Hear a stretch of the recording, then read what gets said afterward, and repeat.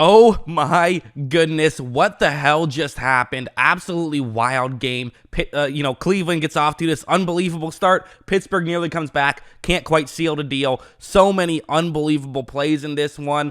Let's just get into what happened, and I think we got to start off with the disaster that happened in the first quarter for Pittsburgh. So let's start off with this one. This was kind of the first real big mistake from Big Ben, because there was obviously the bad snap that resulted in the first touchdown, but this was just not a great throw. But it's interesting what caused this situation to happen to begin with. So it's going to be a cover 2 zone blitz that Cleveland is in, and for Pittsburgh, they're going to run a play action, and this is something that I find very interesting. It's something I talked about going into this game for Cleveland. If you see Pittsburgh run play action, don't bite on it. And really, I talked about it because last week that's what they did. They didn't bite on play actions. And so, they're just not going to bite on this play action either. Watch how the linebackers all pretty much immediately just step back and they don't allow Big Ben to throw the ball deep. We can't exactly see what happened deep, but we can see that it was played well by the guys over the middle of the field. However, this isn't necessarily a huge deal. For Roethlisberger, he can just flip it to his halfback and pick up some yards because now the linebackers are very far deep. So it kind of just works out well in that sense. Roethlisberger's in trouble. There's pressure, but this is a throw that he should be able to make, and most quarterbacks can make this throw. However, it's just an awful throw. Look at how high it is, and it ends up getting intercepted. That's just a bad throw. It was also a good play by MJ Stewart, for one thing, just to realize the ball was there and be able to grab it, and also just to crash in and try and make a quick tackle, which is what he was trying to do. So give him credit for sure. And honestly, this play kind of perfectly encapsulates this game, where Pittsburgh kept beating themselves, but when they beat themselves, Cleveland did a great job of taking advantage. Like this one's another good example where this is going to be the second interception where there was a few of them, where what's going to happen is it's again going to be a cover 2. This time it's just a regular cover 2 zone. So 5 guys over the middle of the field. And again, this is something that we talked about before this game happened. And I'm not trying to pat myself on the back. It was pretty obvious. Play 2 safeties deep and play zone. That's nothing too crazy. And the reason for it was largely because you're not going to get beat deep, but also because things like this can happen, where the route that Pittsburgh is running here is a route that's totally good against this type of coverage. Like on paper, this is a good scenario. It will get into some gaps in coverage as you just see on the screen. But when Roethlisberger takes the snap, and you're going to look and see that there is an opening here. Now, it was a little bit difficult. He had to get it over another player, so it's a difficult throw to make. But at the same time, this is an opening, and this is one that Roethlisberger should make. And to me, this is why I'm putting most of the blame on this horrendous beginning on Roethlisberger. He was awful. And you can't have these types of plays. And you could argue that, well, it still is going to hit him in the hands, so that should be a catch. But it was just a high throw. And once again, after the deflection, it's actually an incredible diving interception. So again, good job taking advantage of those opportunities. That's what good teams do. They take advantage of opposing teams' mistakes. And then there's something like this, where apparently Cleveland, this was part of their game plan, which I find interesting. It's not something I would have necessarily thought of, but good job by them for doing it, where this is the play concept. So this time it is man coverage and a cover 1 man, but they're doing it because it's a 3rd down and 2, so it's a short yardage situation.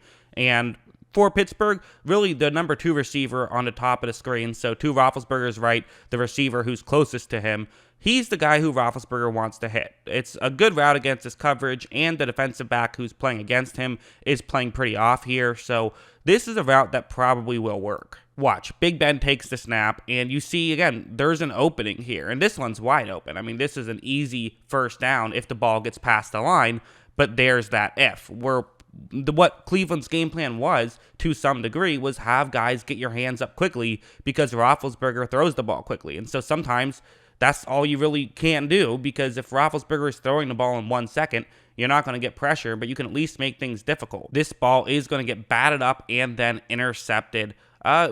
Great defensive play for sure.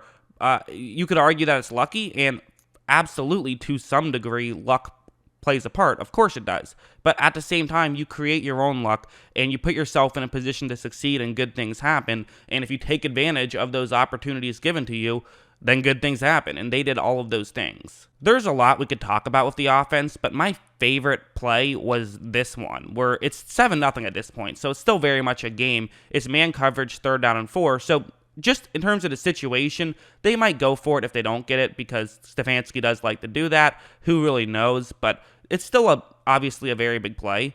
Cleveland has a concept that can work out pretty well. Landry went in motion from Mayfield's right to his left.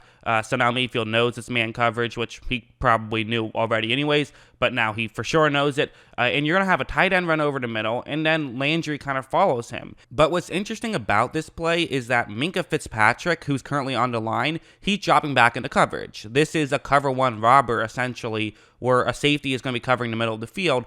And that's not really anything too interesting. But the reason I'm bringing it up is because this is the exact same play that Mayfield threw an interception for a touchdown on in the first game they played this season. And it was one that I was really upset about him making because I felt like it's a throw that he shouldn't have made. And I was concerned he would make that kind of throw again this time. And this time, Mayfield takes the snap and he makes the throw again. But this time, it's just a perfect throw. And that's the thing about Baker Mayfield. A lot of people have been talking about he can't keep thinking that he can just make any throw because he makes mistakes. And while I do, as a whole, agree with that, this is the same thing that he got bit on earlier. And he says, you know what, I'm going right back to that well because I trust I can make this play more often than I can't, so I'm going to do that. Is it the smartest throw in the world? I don't know. I mean, this one was obviously a little bit different. Fitzpatrick was a little bit more out of position than the last one. But at the same time, is this a courageous throw? Absolutely. I think a lot of guys would never make this kind of throw again after getting burned. Mayfield, he has no fear. Landry makes the grab, and, it helps that he's Jarvis Landry and can be so good in open space. He ends up getting a touchdown out of it. Really incredible. And that was a huge play, and honestly, it was just a really fun play, I think. But then, all of a sudden, the Pittsburgh Steelers started coming back, and I think a big part of what happened was they just started playing the game that we kind of all thought they would play earlier on. Like, first, let's talk about this play. So what's going to happen on this play is it's going to be a cover two man concept. And you see for Pittsburgh, Eric Ebron is running a deep route. The other two receivers in the area are both just running quick hitch routes to basically... They're trying to set up Eric Ebron to have a one-on-one matchup. Well, why doesn't the safety just go over there?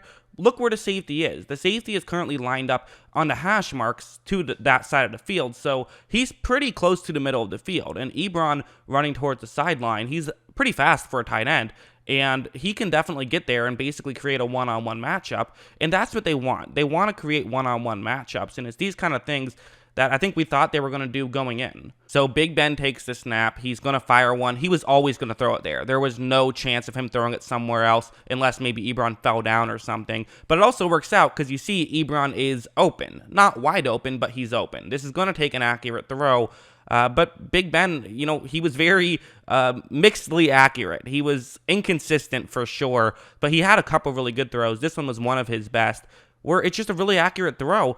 And, what you have to do is you have to throw it deep, and Ebron's speed allowed him to get deep. Ebron is able to haul it in, and they got the touchdown that kind of got things rolling and put them in a position where they could start to come back. I want to then jump to this play. This play was honestly a little frustrating. Cleveland was definitely very cautious at times, and I'm not going to kill them for being cautious because, A, getting Pittsburgh to run, 12 plays to get a touchdown was already a strategy I thought they should implement before the game even started. So especially when you're up 28 points, sure, make them take a lot of time out of the clock. I think it makes a ton of sense. And also, I think it's just better strategy. But there's still times when you shouldn't be too cautious. And this one is a great example.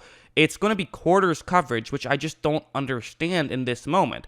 It's a 3rd down and 10, and Pittsburgh has a concept where they're trying to get into gaps in coverage. They know it's going to be zone of some kind, but now you're just leaving someone basically completely open. Watch, Roethlisberger takes the snap, and Juju Smith-Schuster, that's just way too open. You need to be protecting that line, not just letting them get it. Who cares if they get, inside the 10 or a touchdown? It doesn't seem like it's that big of a difference. What you want to do is get a stop, because if you get a stop, you're probably holding them to a field goal, which is a significant difference at this point in the game. Smith-Schuster makes the catch. It's another accurate throw from Roethlisberger, but again, that's just too easy for them. It's just not a great play design by Cleveland, I don't think. I think you got to be not necessarily aggressive, but not so cautious on that particular play, and there were a few others like that. Later on in that drive, they would try man man coverage, and this was really more of a good play from Pittsburgh than it was a bad play from Cleveland, I thought. I mean, it's always both, but at the end of the day, I didn't hate this play. It's a 4th down and goal, though, so huge play. This is the difference between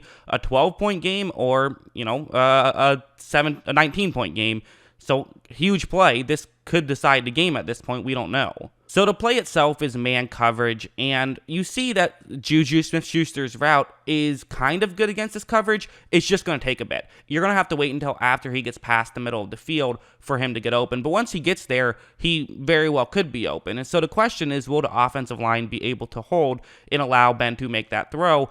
And the answer is going to be yes. Watch Big Ben's patience. Watch how he steps up in the pocket, which gives him more time, which, good job by him there. And you now see that Smith-Schuster is open. So this is a great job, great play design. And this is what we thought Pittsburgh was going to do all game heading into the game, was things like this. Obviously, the turnovers early really kind of threw a wrench in that plan in a lot of ways. It's, again, an accurate throw, a little bit behind, but Smith-Schuster makes the grab regardless. And just like that, they're able to make it a 12-point game. But then it was Cleveland's turn. There actually was a little bit, I'm skipping ahead a tad. There was a play where it was 4th down and 1. Mike Tomlin didn't go for it. You got to go for it. I just think that's an inexcusable decision. But regardless, now we're here. Cleveland has the ball at Pittsburgh's 40.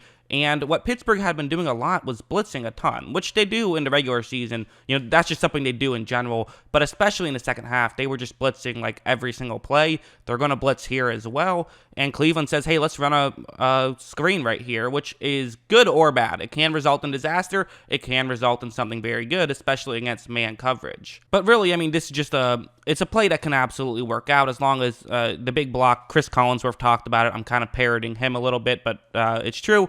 You get your center out to block the player in coverage who's supposed to be covering Chubb, and you're good. Also, one more thing to bring up is Chris Collinsworth also questioned whether or not it should have been a penalty, a legal man downfield. It was not. Watch, clearly not a penalty, just a good block. It was not past 1 yard of the line of scrimmage.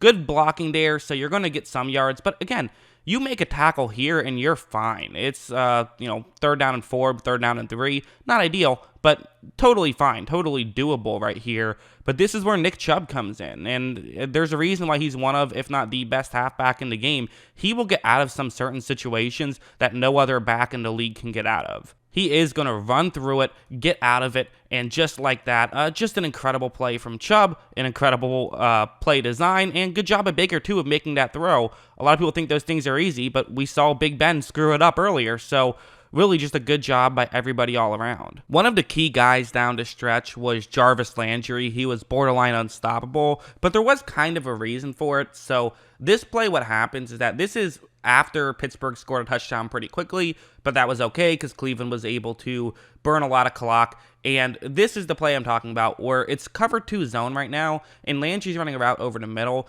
And the reason why this is so effective is Landry's now basically going to be going up one-on-one against a linebacker, which is obviously just a mismatch. Pittsburgh usually likes to play man. I think playing man here would have been the right call because you're putting your player in a position to fail essentially by having him go one-on-one against Jarvis Landry. Watch, right when this play starts, he gets open really quickly and Mayfield makes the throw really quickly. I mean, just look at that. That's wide open. It doesn't get much more open than that. And it's little plays like that that were really able to, it allowed Cleveland to get this play and burn some more clock and put Pittsburgh in a really tight situation where this would make it a 16-point game, which means Pittsburgh would have to score 2 touchdowns and 2 extra points, or excuse me, two-point conversions to tie the game. And then finally, this one was pretty much the dagger. So this one was just a bad play by Roethlisberger. This was first quarter of Roethlisberger again. It's a zone coverage play, cover 2 zone, and Ebron's running a route over the middle. These things can work. If you get him in a gap in coverage, you can make the throw, but obviously you have to make sure he's in a gap in coverage. Big Ben takes the snap, and he's going to fire this one. You can't totally see the whole play, but once it gets intercepted, you can see exactly what happened. Taki is just right in front of Ebron, and I just don't know what Big Ben was thinking here. It's one of those baffling interceptions, and it just can't happen. I'm assuming he thought maybe he could just throw it over him, or maybe he just didn't see him. There's a lot of interesting things that could have happened. But the reality is this is just a bad play. But also give credit to Taki for making the grab. I mean, it's not necessarily an easy play to make, especially when, he's a linebacker. It's not necessarily his specialty to make jumping interceptions that you're not expecting the ball coming towards you. But that's just clearly a mistake from Roethlisberger. And again, going back to the beginning, good job by Cleveland of taking advantage of the opportunities that Pittsburgh gave to him. Just an unbelievable game. Cleveland gets the monkey off their back. Just really cool to see. Wild back and forth. I thought Pittsburgh might come back for a second. They were not able to. They did make a game of it. But at the end of the day, Cleveland was the better team, and they deserved the victory. And so they're moving on. They'll now take on Kansas City. We'll see how that game goes. Should be fun. So yeah, I hope you guys enjoyed this video. And of course, as always, thanks for watching.